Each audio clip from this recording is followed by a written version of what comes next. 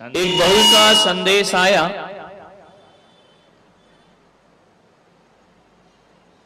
कि महाराज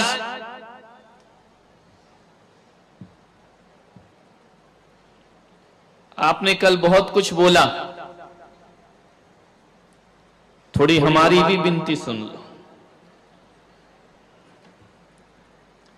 आपने बोला कि लड़ाई झगड़े की जड़ कोई है तो बहू है, थोड़ा बहुओं की पुकार भी सुनो। इनका बात तो सही है।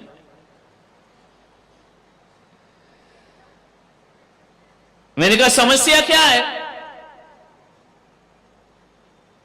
बोली समस्या एक ही है। बोली समस्या एक ही है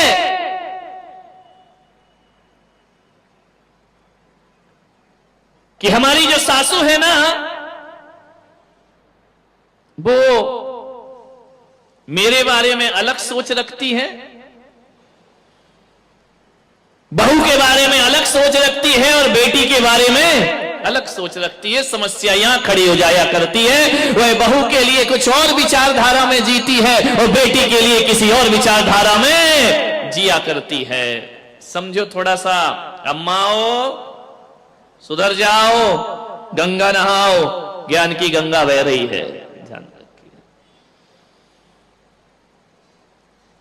मैं बड़े बड़े ग्रंथों पर भी प्रवचन कर सकता हूं, मैं समयसार पे बोल सकता हूं, मैं गीता पे बोल सकता हूं, मैं महापुराण पे बोल सकता हूं, मैं कुरान पे बोल सकता हूं, लेकिन मुझे यह लगती है सबसे बड़ी मजबूरी कि आगम की बड़ी बड़ी बातें करने से पहले आदमी के जीवन में नैतिकता और व्यवहारिकता आना चाहिए। आदमी नैतिक और व्यवहारिक नहीं हुआ, आदमी ने यदि अपने जीवन को बदलने का प्रयास नहीं किया तो बड़े बड़े ग्रंथों से कोई क्रांति खड़ी होने वाली नहीं। पहले अपने घर को मंदिर बनाओ। एक बात बताओ, मंदिर में महिलाएं जाती हैं, आदमी भी जाते हैं, सूरत में तो बहुत ज्यादा जाते हैं।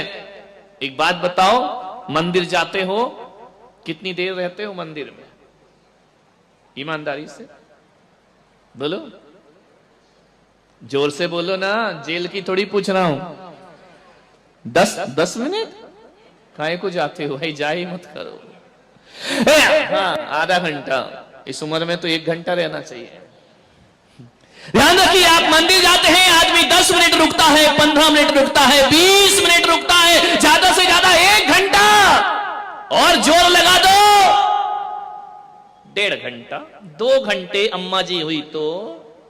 ध्यान रखना, जिस मंदिर में तुम जाते हो 1 घंटा उस मंदिर में रुकते हो और उस मंदिर को बहुत पवित्र बना करके रखा करते हो, मंदिर में शांति का वातावरण निर्मित करते हो, मंदिर का वातावरण बड़ा पवित्र और पूजनीय बना दिया करते हो। सूरत वालों में आपसे कह रहा हूं, जिस मंदिर में 1 घंटे रुकना है उसे पवित्र बनाते हो, और जिस घर में 23 घंटे रहना है उसे पवित्र क्यों नहीं बनाते हो? उसे मंदिर जैसा पावन क्यों नहीं बनाते हो? 1 घंटे वाले मंदिर की पवित्रताएं हैं, 23 घंटे वाले घर को अशांत क्यों बनाते हो? 1 घंटे जो आप मंदिर में सीखते हो उसे 23 घंटे जीवन में जीने का प्रयास करिए, तुम्हारा मंदिर जाना सार्थक और सफल हो जाएगा। 23 घंटे जियो। मंदिर पाठशाला है, घर प्रयोगशाला हुआ करती है। ध्यान रखिए, 1 घंटे मेरे प्रवचन सुन के मत सोचना कि हमारा कल्याण उद्धार हो जाएगा।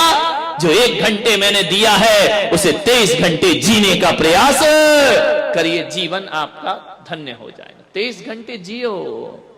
किसी को डॉक्टर बनना है, इंजीनियर बनना है, अकेली थ्योरी से काम नहीं चलता है, थ्योरी के साथ साथ उस आदमी को प्रैक्टिकल भी करना पड़ता है। तो 1 घंटे जो यहाँ ज्ञान गंगा महोत्सव के माध्यम से दिया जा रहा है, वह मैं तुम्हें केवल थ्योरी देने का प्रयास कर रहा हूं। जीवन में डॉक्टर की, इंजीनियर की उपाधि तो लेना आसान है, एक सच्चे और अच्छे इंसान की उपाधि लेना बहुत कठिन काम हुआ करता है। 1 घंटे की इस पाठशाला को घर में जाके 23 घंटे जीने का प्रयास करो। ये ज्ञान गंगा महोत्सव है। मैं नहीं चाहता हूं, न मेरा उद्देश्य है कि आप जैन बन जाए, मैं नहीं चाहता हूं कि धर्मांतरण हो, मैं नहीं चाहता हूं आप अपनी आस्थाएं छोड़ दें। जो जो जिस आस्था में जीता है जिए, जिस परमात्मा को मानता है माने। मैं पुलक सागर यदि महावीर की वाणी लेकर के आया हूं, भगवान महावीर के सिद्धांत लेकर के आया हूं, मैं कोई अलग बात नहीं बोल रहा हूं। सिद्धांत भगवान महावीर के हैं और भाषा केवल मेरी है, और दृष्टांत महावीर के हैं, दृष्ट मेरा हुआ करता है। आपसे इतना ही निवेदन है, महावीर की ही बातें हैं ये। आपसे मैं इतना कहना चाहता हूं, लोगों ने होर्डिंग्स में लिखा है सूरत वालों, मुझे आपसे कुछ कहना है। एक व्यक्ति मेरे कमरे में आए, बोले बोलो क्या कहना है। मैंने कहा मुझे कुछ नहीं कहना है। तो बोले लिखा काहे को है कि सूरत वालों मुझे आपसे कुछ कहना है तो कह दो। मुझे इतना ही कहना है, ना मैं तुम्हें हिंदू बनाना चाहता हूं, ना मैं तुम्हें जैन बनाना चाहता हूं, ना मैं मुसलमान बनाना चाहता हूं। मैं पुलक सागर तो एक भारत के लिए सपना देखना चाहता हूं कि मेरी सभाओं में आकर के कोई भी जैन मत बनना, कोई जरूरत नहीं है जैन बनने की। लेकिन मैं इतना निवेदन करूंगा, मैं तुम्हें जैन बनाना तो नहीं चाहता हूं, लेकिन मैं तुम्हें अच्छा मैन बनाना चाहता हूं। और जो अच्छा मैन बन जाता है वो दुनिया में हकीकत जैन हुआ। जैन कौन? जो अच्छा मैन है। और जो अच्छा मैन नहीं है वह जैन होकर भी जैन नहीं हो सकता है। ध्यान रखिए, मैं जैन नहीं मैन बनाने आया हूं। ध्यान रखिए, इतनी होशियार हैं ये महिलाएं। नहीं, यहां वालों की बात नहीं कर रहा, सीकर वालों की बात कर रहा हूं। तुम्हारी बात अगले चौमासे में करूंगा। इतनी होशियार, एक लड़के की शादी हुई, वो जी अम्माएं मंदिरों में बैठ के क्या सोच रही, पद्म पुराण पढ़ती हैं? ये नहीं पढ़ती, खुला रहता है पद्म पुराण, पढ़ती हैं बुढ़िया पुराण। बैठ जाएंगी, क्यों बहन दिखाई नहीं दी 5-6 दिन से? पढ़ रही है पद्म पुराण, बात कर रही उसकी। ऐसा एक बार भी भगवान से नहीं बोला कि भगवान कितने जन्मों से तुम दिखाई नहीं दे रहे हो। कहां गई थी? कुछ नहीं भाभी, शादी थी। किसकी? मेरे लड़का। हमें नहीं बुलाया? अरे तू कोई सोनिया गांधी की लड़की है क्या? तुझे नहीं बुलाया। बोले हो गई शादी? बोले हो गई। क्या मिला दहेज में? ऐसी पूछ रही जैसे तेरे घर कोई कमीशन बना है। बोले क्या मिला दहेज में? उसने कहा नहीं है अम्मा, मैंने तो कोई दहेज वहेज नहीं लिया। पागल हो गई क्या? इंजीनियर लड़का और दहेज नहीं लिया? बोले मैंने महाराज का प्रवचन सुना कि दहेज लेना। अरे तू भी लग गई प्रवचनों की बातों में। महाराज की तो ड्यूटी है 1 घंटा बोलना, तू भी लग गई पागल। बोल क्या किया?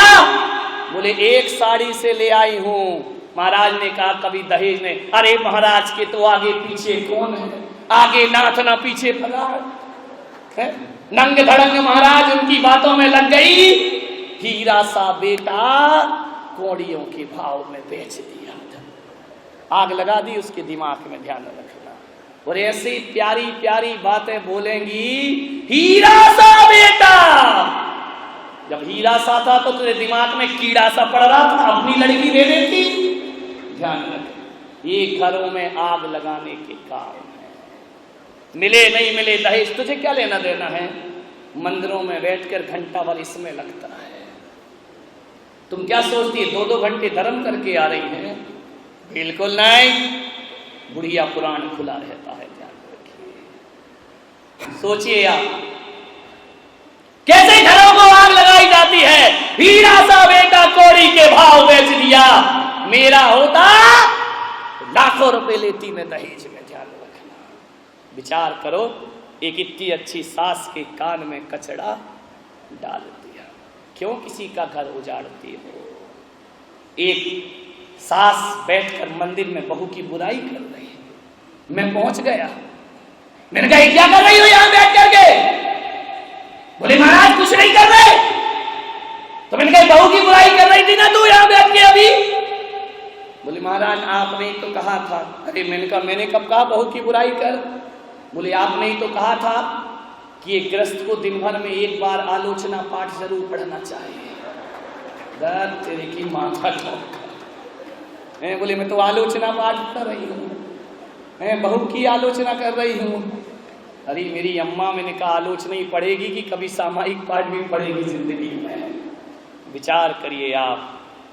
दहेज ऐसा राक्षस है, घरों को बर्बाद किया करता है। नौजवानों,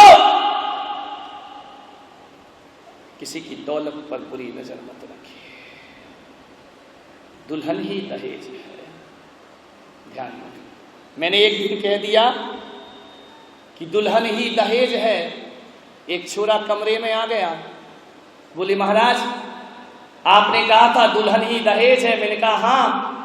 तो बोले एक ट्रक के पीछे लिखा था दहेज लेना पाप है। वो एक ट्रक के पीछे लिखा दहेज लेना पाप है।